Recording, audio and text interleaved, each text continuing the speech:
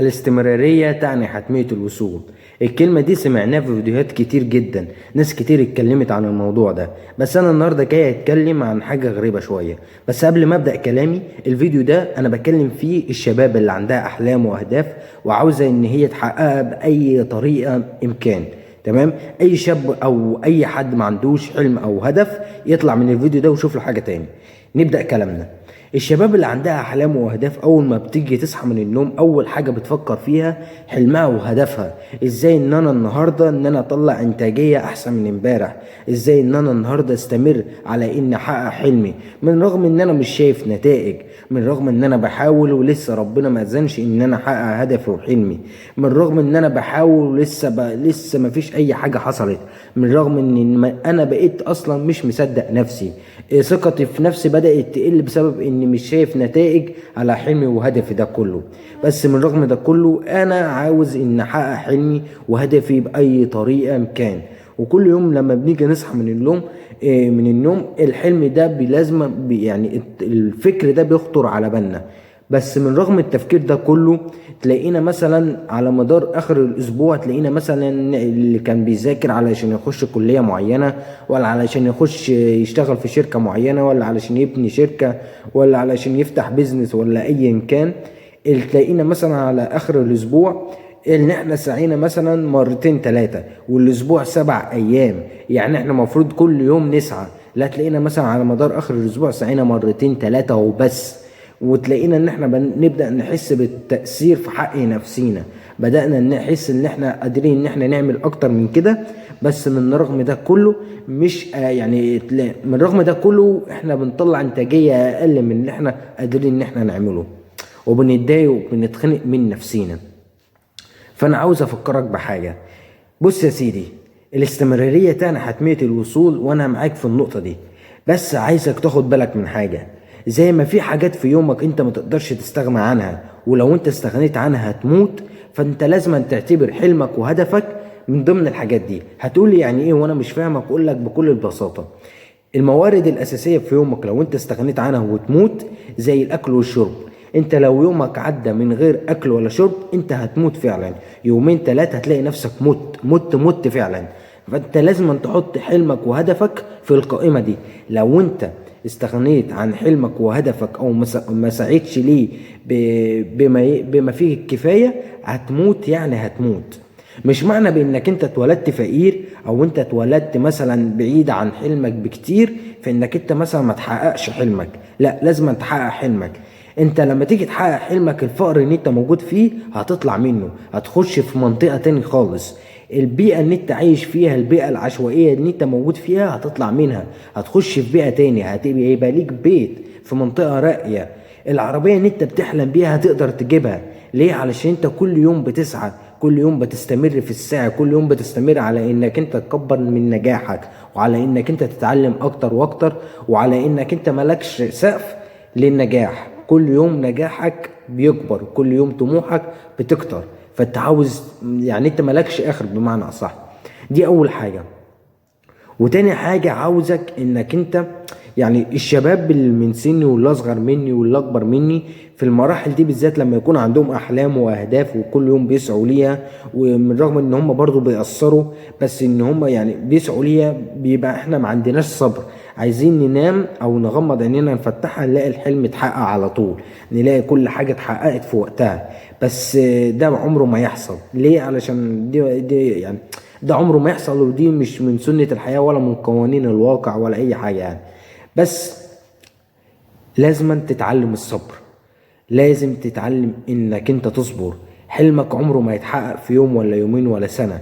حلمك دي حاجة بمشيئة الله، فيعني لازم انك انت تتعلم الصبر.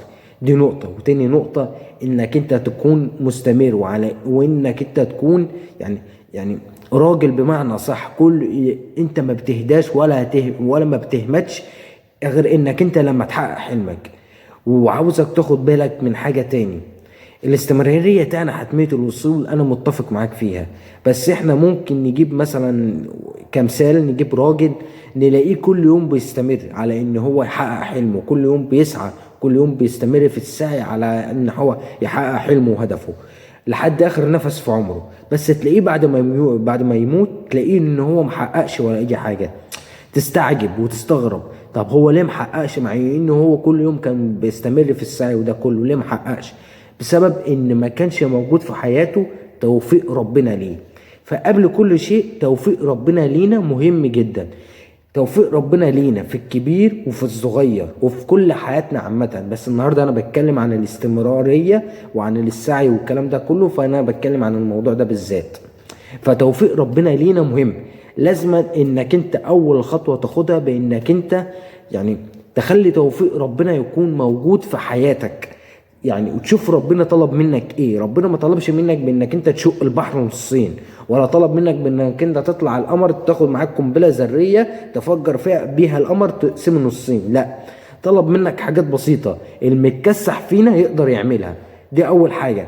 وغير كده لازما تزرع في حياتك توفيق ربنا ليك. لما تيجي تزرع في حياتك توفيق ربنا ليك وتدعي لربنا يا رب ارزقني بالهمه ان انا اقدر النهارده ان انا اسعى، وان انا النهارده اقدر ان انا استمر على السعي، وان انا اقدر احقق حلمي، هتلاقي ان ربنا بدا يرزقك بالتوفيق فعلا. هتلاقي ان ربك بدا يرزقك، بدل ما انت مثلا كل يوم بتسعى 10 20%، هتلاقي بانك انت بدات تسعى 50 70 90 100% من غير ما انت تعلم الطاقه دي جات لك منين، من غير ما انت تحسبها. يعني طب انا باكل ايه علشان الطاقه دي كلها تطلع مني، ولا انا بتمرن ايه علشان الطاقه دي كلها تطلع مني؟ لا، تلاقي ان ربنا بدأ يرزقك بالتوفيق فعلا. دي اول حاجه. وتاني حاجه بانك انت لما ربنا يرزقك بالتوفيق ده هتلاقي انك انت حلمك بدأت انك انت تحققه بسرعه. ليه؟ علشان في توفيق ربنا ليك.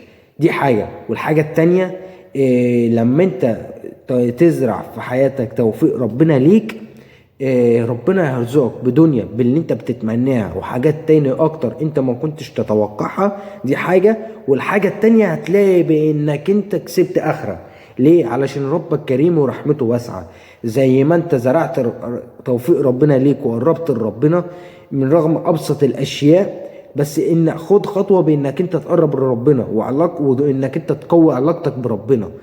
ساعتها تلاقي ان ربنا بدا يرزقك بالدنيا اللي انت بتحلم بيها وحاجات تاني اكتر واكتر، ورزقك بالاخره انت ما كنتش تتخيل انك انت هتخش مثلا الباب ده من الجنه، ولا جنه الفردوس مثلا ان شاء الله كلنا نخشها، ولا الكلام ده كله. وانك دي وقبل وخلصت الكلام علشان ما اكترش عليك في الكلام، كل يوم لازم تسعى. يعني خلي حلمك وهدفك يكون مورد اساسي في يومك بانك انت تسعى. وزي ما انت ما تقدرش تستغنى عن الاكل والشرب، ولو استغنيت عنهم تموت، فانت لازما ما تقدرش لازما انك انت تسعى لحلمك، وما تقدرش انك انت تستغنى عن حلمك في يومك. ولو يوم عدى عليك خليك فاكر ومتاكد انك انت بدل ما تحقق حلمك بعد سنه، فانت اليوم اللي عدى عليك وانت من غير ما تسعى فانت تحقق حلمك بعد سنه ويوم. فانت ده كله بيتحسب من ايامك وبيتحسب من نجاحك. فانت لازم تستغل كل وقت من اوقاتك، وابدأ من دلوقتي، وابدأ من النهاردة، وابدأ من الدقيقة اللي انت فيها. وقبل كل شيء خد خطوة في علاقتك مع ربنا وقرب لربنا علشان ربنا يرزقك بالتوفيق في حياتك في دنيتك وفي اخرتك. واتمنى التوفيق للجميع. سلام.